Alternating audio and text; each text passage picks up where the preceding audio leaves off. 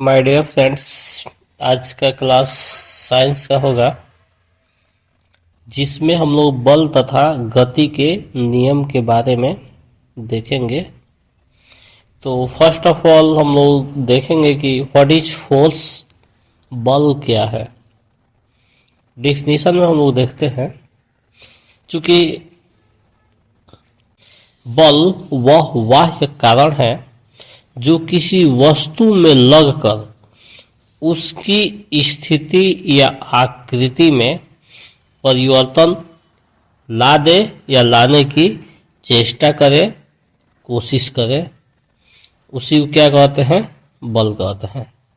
बल क्या है? एक बाह्य कारण है, बाहरी कारण है जो किसी वस्तु में लगता है तो उसके स्थिति में परिवर्तन लाता है या परिवर्तन लाने की कोशिश करता है, चेष्टा करता है। एग्जाम्पल में हम लोग समझ सकते हैं, जैसे मान लीजिए कि टमाटर को हम ले लिए और उस पर बल लगाकर दबाते हैं तो क्या होता है? वह फूट जाता है और उसका स्थिति और आकृति दोनों बदल जाता है। टूथपेस्ट को लेते हैं और उसको दबाते हैं तो उसका भी स्ट्रक्चर बदल जाता है। यदि किसी दीवार पर हम जोर से दबाते हैं तो दीवार तो गिरता नहीं है, लेकिन क्या होता है? कोशिश हम जरूर करते हैं कि उसकी स्थिति आकृति में चेंजिंग कर दे, परिवर्तन ला दे। लेकिन उसी दीवार को गिराने के लिए अगर हम जेसीबी का यूज करते हैं तो उसके मुताबिक उतना बल लगता है जिसके कारण वो गिर जाता है। तो आप समझ सकते हैं कि बल क्या है। तो बल वह बाह्य कारण है जो किसी वस्तु में लगकर उसकी स्थिति या आकृति में परिवर्तन लाता है या लाने की चेष्टा करता है, कोशिश करता है। उसी को क्या कहते हैं? बल कहते हैं। समझ गए? आपका कंफ्यूजन बल को लेकर दूर हो गया होगा। आगे देखते हैं। बल एक सदिश राशि है। कौन सी राशि है? सदिश राशि है जिसमें परिमाण एवं दिशा दोनों निहित होते हैं। बल का एसआई मात्रक न्यूटन होता है जिसे कैपिटल एन से डिनोट किया जाता है। समझ गए? बल का एसआई मात्रक क्या होता है? न्यूटन होता है। इसको बड़ा एन से दिखाया जाता है, सूचित किया जाता है। क्लियर? आगे न्यूटन के गति के नियम को हम लोग देखेंगे। तो न्यूटन गति का फर्स्ट रूल है, फर्स्ट नियम है, प्रत्येक वस्तु अपनी अवस्था में बनी रहती है जब तक उस पर कोई बाह्य बल कार्य न करे। प्रत्येक वस्तु अपनी अवस्था में बनी रहती है, चाहे वो स्थिरावस्था में हो या गति की अवस्था में हो, जब तक उस पर कोई बाहरी बल न लगे। इसी फर्स्ट रूल को, न्यूटन के गति के प्रथम नियम को जड़त्व का नियम भी बोलते हैं, कहते हैं।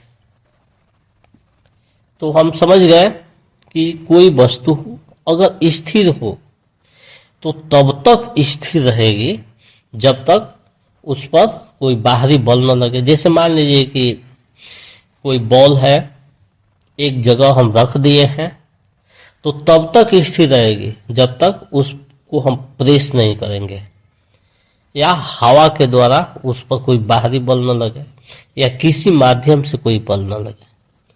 और कोई वस्तु गतिशील है तो तब तक गतिशील रहेगी जब तक उस पर कोई बाहरी बल न लगे। जैसे मान लीजिए लट्टू है, उसको नचा दिया जाता है तो नाचते नाचते कुछ देर के बाद से क्या होता है? वो रुक जाता है। रुकने का कारण भी है।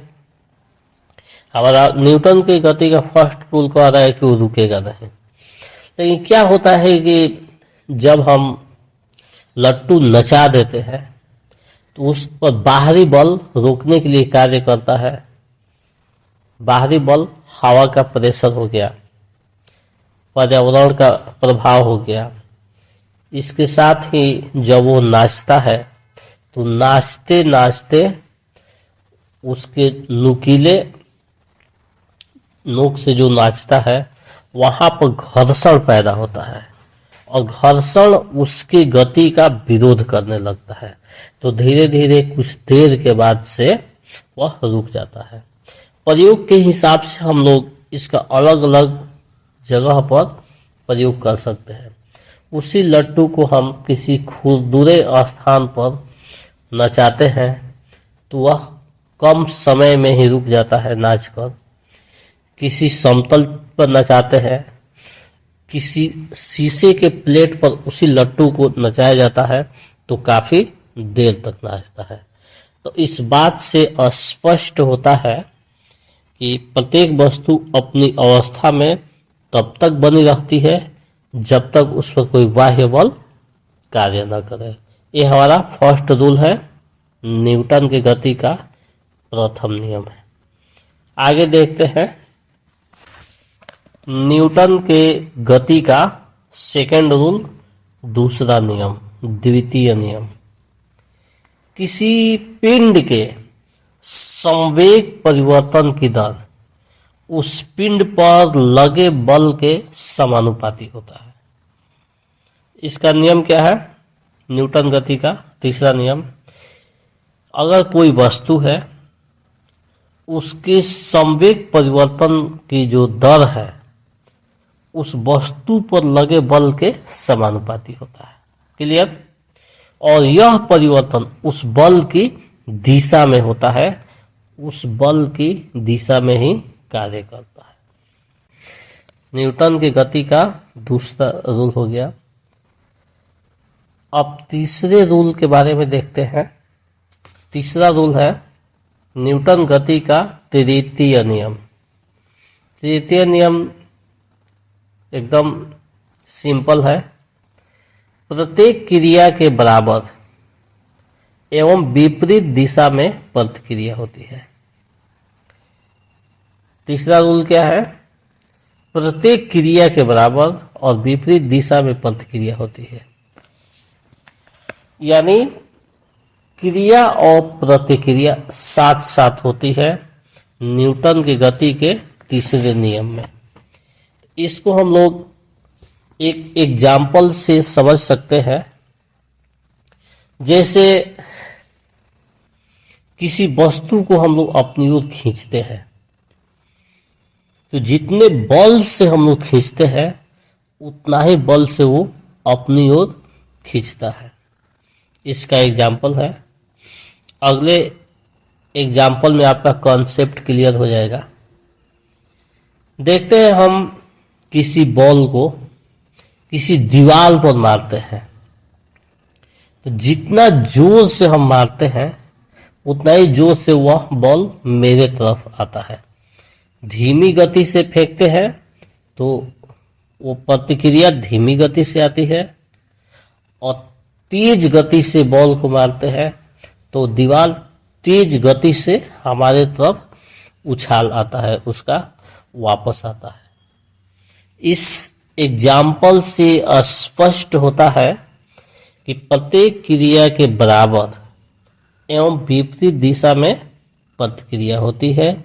यही न्यूटन की गति का थर्ड रूल है, तीसरा नियम है। तो इस प्रकार से एक छोटे से वीडियो में आज हम लोग क्या सीखे, व्हाट इज फोर्स, बल क्या है, इसके साथ सीखे न्यूटन के गति के प्रथम नियम, द्वितीय नियम और तृतीय नियम।